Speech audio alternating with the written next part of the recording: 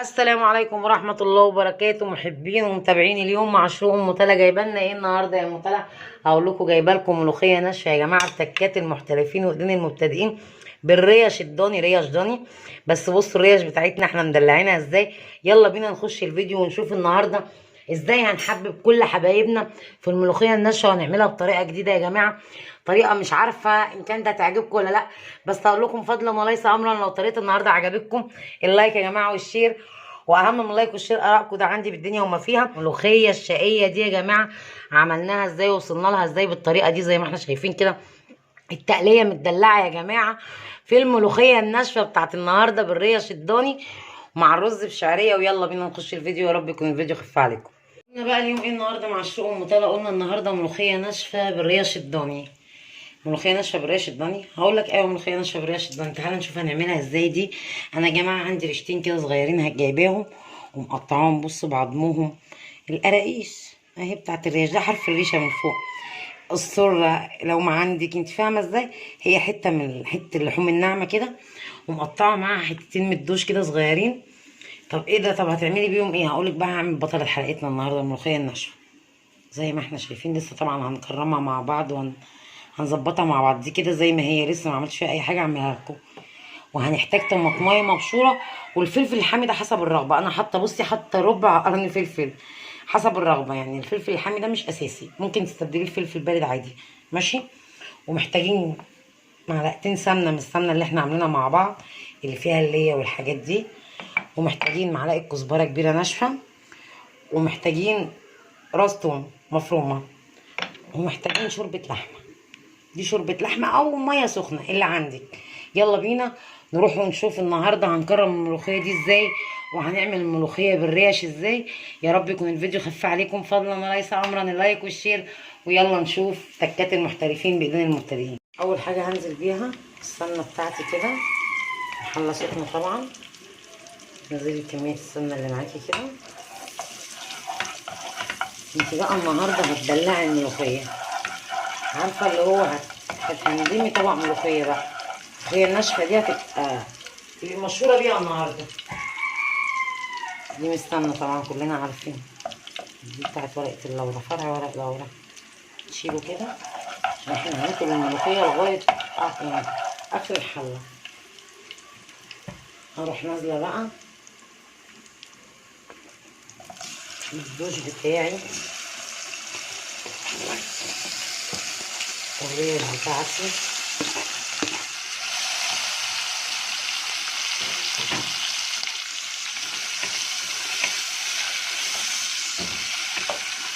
اهو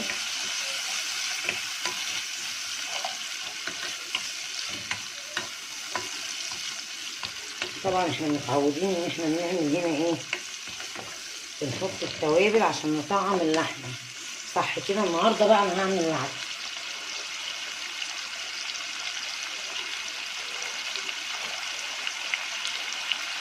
هجيب طبق شوربة اللحمة بتاعتي وهسقيها من التوابل بتاعت الشوربة، عارفينها. بصوا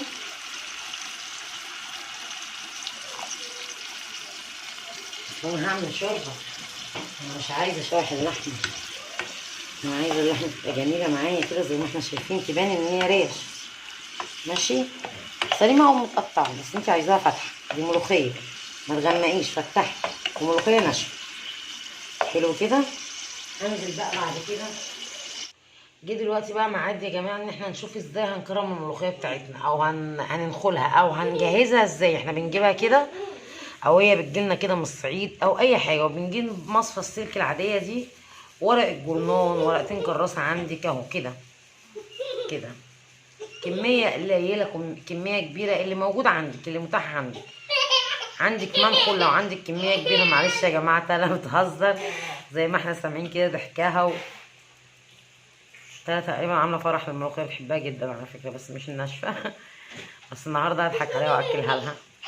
عايزين لك الناعم بس. خلاص كده، خلاص كده. يلا بينا. دول بقى تروحي بقى عامله كده، متضربيش في كبه لسبب صغير. انت بتاكلي ملوخيه، انت عارفه ان الملوخيه دي بتبقى مخروطه، متبقاش ناعمه للدرجه دي. يعني درجة الكبة او الدرجة بتاعت الخلاط اللي هتضربيها دي هتخليها بودر خالص. احنا عايزين نشوف ملوخية اهو، كأنك بتخرطيها بس بايديك اهو. بصي اهو، الموضوع سهل اوي. ثانية واحدة.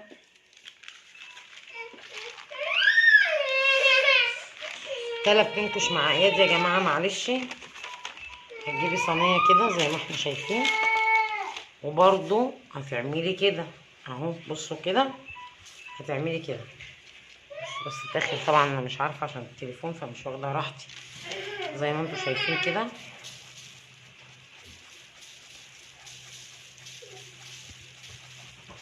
تبدأي تنخلي كده. انا هخلص الكمية نخل معاكم يا جماعة، وهوريكم اللي هيتبقى معايا في الصينية عشان هي بتاخد وقت وانا بحب انخلها بالراحة. ماشي اهو.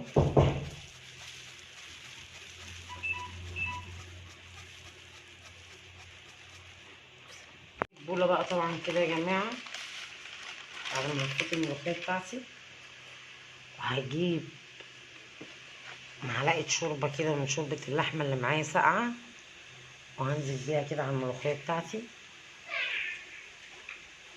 اهو. وهجيب ربع معلقة كزبرة كده، وحتة تومية كده برضو بربع معلقة، نص واحدة ماجي مفرومة كويس ناعمة قوي، نص واحدة بس، والنص التاني خليه عشان هتحتاجيه. تبدأي تقلبي كده. فاضل ايه؟ تكات المحترفين بايدين المبتدئين يا جماعة بتقول ان انا اديها حبة ربع كمية بقى، يبقى ربع معلقة بيكنج باودر او كربوناتو، ماشي، عشان تفتحي معايا اكتر، تديني لون الخضرة، عشان انا لسه هعمل لها تكات وحركات. احط بقى حبة شوربة كمان كده، هي لسه عايزة تطرى تاني اهي. قلبيها كويس كده، وتجيبي بقى رشة الكربوناتو او رشة بيكنج باودر لو مفيش كربوناتو، رشة صغيرة كده. قلبيها كده وتسيبيها لغاية ما تيجي تنزليها في الشوربة. ويلا بينا نشوف اليوم مع شروق ام 3 تكات المحترفين وايدين المبتدئين هيودينا لغاية فين يا جماعة، فضلا وليس امرا. اللايك والشير، وما تنسوش اهم اللايك والشير ارائكم. وعايزه اخليكم معايا لاخر الفيديو عشان خاطر اوريكم ازاي هتحولوا الملوخيه الناشفه بتاعتكم يا جماعه النهارده لملوخيه خضراء وبطعم النشا يعني عايزه اقول لكم حاجه كده فوق الروعه، اللي ما بياكلهاش هياكلها. يلا بينا نخش دلوقتي نشوف اللحمه بتاعتنا الريش استوت ولا لا. يلا بينا يا جماعه. اللحمه بتاعتنا او الريش بتاعتنا بصوا بقى اترسمت ريش ازاي بس صغننه. بصوا اترسمت ريش صغننه زي ما انتوا شايفين اهو اهو. يبقى دي بقت الماده الدهنيه بس من غير اي ميه اهي. دي الماده الدهنيه اللي معانا بس من غير اي ميه. هنعمل فيها ايه بقى؟ هننزل بالثوم على الكزبره، نص كميه الثوم على الكزبره اللي معاكي اهو كده. طشه، هنعمل طشه. عايزه اقول لكم الريحه ايه يا جماعه، الريحه ما تستفش. بس هنعمل طشه ازاي بقى، هو ده الموضوع. خليكم معايا وهنشوف مع بعض خطوه خطوه. طبعا الثومه بتاعتي بتتحمر اهي بالكزبره، تيجي تخش كده الريش اهي. خلاص بصي مفيهاش كلام، حاجه كده طشه ملوخيه اهي. بس مش هنزل بالشوربه، لا ده انا بأسس الشوربه. انا سويت اللحمه خليتها شربت توابلها وحاجتها وسويتها، وهنزل بقى الطماطم والفلفل الاخضر بتوعي كده اهو. يبقى نزلت بالثوم بالكزبره الناشفه نص الكميه شوحتها، وهنزل اهو. بصوا يا جماعه دي كلها دهون اللحمه، تلميها كده وتطعم معاكي على فكره والله. جربي الملوخيه الناشفه بالطريقه دي وقولي لي. لو ما عندكيش لحمه بصوص الديمجلاس بالسمنه اللي احنا عاملينها مع بعض، هي. بس احنا النهارده لسه خارجين بقى من عيد بقى لنا كام يوم، فبندلع بقى عندنا حتتين ريش قلنا ندلعهم، وندلع الملوخيه الناشفه بتاعتنا. هتتسبك يا جماعه، هتتسبك حلوه قوي. وارجع لكم طالعه عامله مظاهره، طالعه في كل فيديو بتعمل مظاهره. يلا بينا نشوف النهارده اليوم مع الشغل متلا بتكات المحترفين ودين المبتدئين هيودينا لغايه فين. اهو يا جماعه، وزي ما احنا متعودين للملوخيه وللتسبيكه حبه السكر الجميل، رشه السكر الجميله، واقلب كده.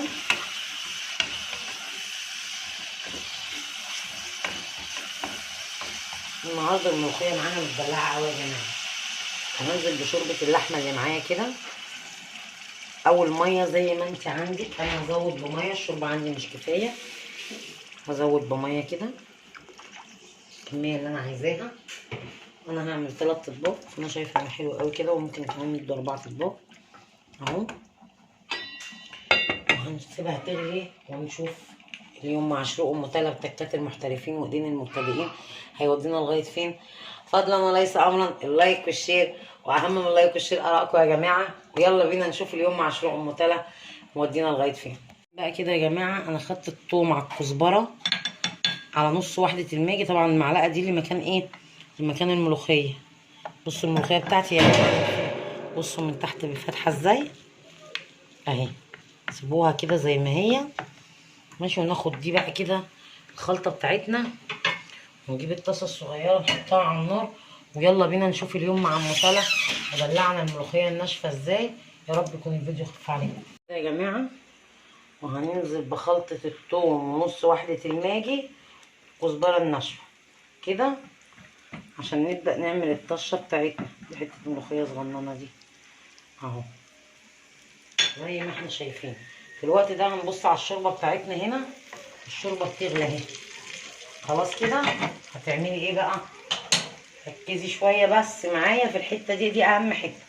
هتطفي على الشوربه اللي بتغلي كده، وتروح اول ما الملوخيه تهدى تبطل بقبقه كده. بصي اهي الطشه بتاعتك بتجهز هنا اهي ماشي.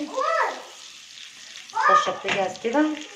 شيلي بس حته ايه، الحته بتاعت ورقه اللورا دي اللي تبع السمنه كده. هنا الشوربه بدات تهدى اهي معايا. بصوا اهي، بصوا يا جماعه الشوربه بدات تهدى معايا ازاي، والريش اهي عسل وزي ما احنا شايفين. بصوا بقى يا جماعه، انا لما بعمل ملوخيه بعمل ايه؟ طبعا انا جايباها معرفش ان كانت ان كانت بتتخن او ما بتتخنش. بروح مصغره كده الشوربه بتاعتي، مصغره الشوربه كده. قللي الشوربه بتاعتي خالص.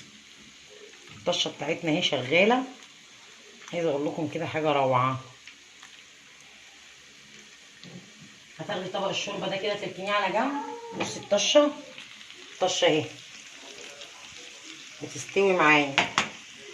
تنزلي هنا واحده واحده اهو على نار هاديه. هتنزلي هنا بالملوخيه كده وتقلبي. الطشه بتستوي الناحيه التانيه. الملوخيه الناشفه اهي، شايفه اللون؟ ولسه هتفتحي كمان اهي. الطشه بتاعتي شغاله معايا وانتي بتقلبي الناحيه التانيه ايد وايد اهو.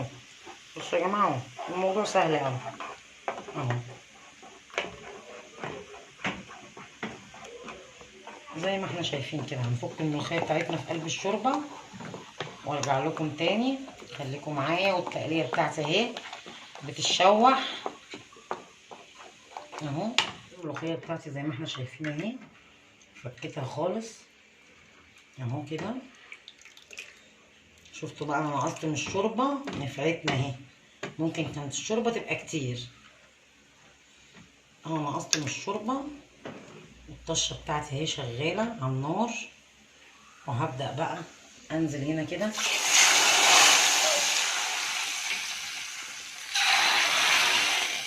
وغطي بس ما تكتميش. غطي كده ثانيه وما تكتميش. الملوخيه ما بتتغطاش، انت بس بتاخدي شهقه التوم وتعملي بقى كده. اهو يا جماعه الملوخيه الناشفه بتاعتنا. عايزه اقول لكم حاجه كده فوق الروعه، معلش عشان الفلاش بس مش شغال فايه. معلش يا جماعه اهو. يلا بينا بقى نغرف الملوخيه الناشفه بتاعتنا ونشوف اليوم مع شروق وثلاث تكات المحترفين وايدين المبتدئين هيودينا لغايه فين. يلا بينا.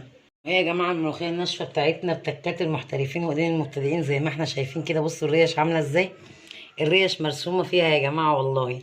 بصوا عايزه اقول لكم الطعم والريحه تحفه، وانا مقدماها النهارده مع رز بشعريه. وطبعا العيش عايزه اقول لكم حاجه كده، كل اللي هيدوها هيقولك تسلم ايدك. ويا رب الفيديو يكون خفيف عليكم النهارده، فضلا وليس امرا اللايك والشير. ونشوف بكره وكل يوم جديد مع شروق ام تلا. والسلام عليكم ورحمه الله وبركاته.